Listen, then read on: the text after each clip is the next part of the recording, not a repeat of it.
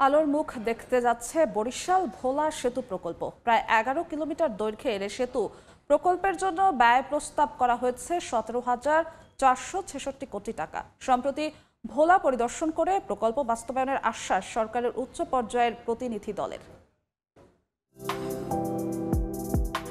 10.876 kilometre দৈর্ঘ্যের মূল সেতু নির্মাণ হবে তেঁতুলিয়া ও কালাবদর নদীর উপর। মাঝখানে দুটি চরের উপর নির্মাণ হবে 4 লেনের সড়ক। কর আদায়ের দুই প্রান্তের টোল প্লাজায় থাকবে 7টি করে কাউন্টার।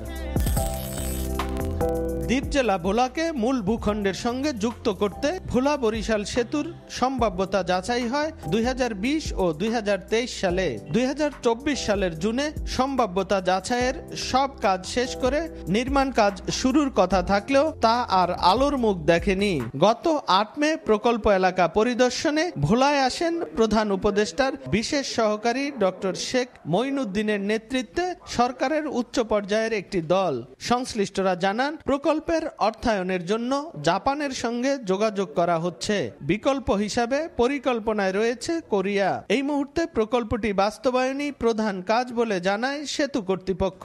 কোনো কারণে যদি জাপানের পিপিপি প্রজেক্ট ফেল করে, লাস্ট অপশন হচ্ছে গভর্নমেন্ট মানি। এটা বাণিজ্যিকভাবেও খুব ইম্পর্টেন্ট একটা ব্রিজ, কাজে আমরা আশা করব যে এটা যত তাড়াতাড়ি সম্ভব শুরু করে দেওয়া।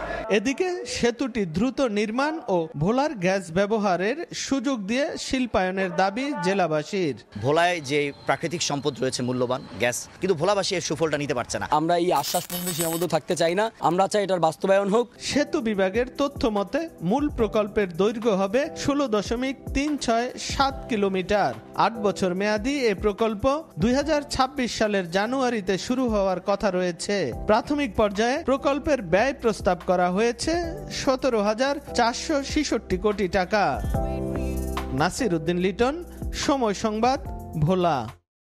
4 দশক ধরে আপনার ফাইন্যান্সিয়াল পার্টনার আইডিএলসি।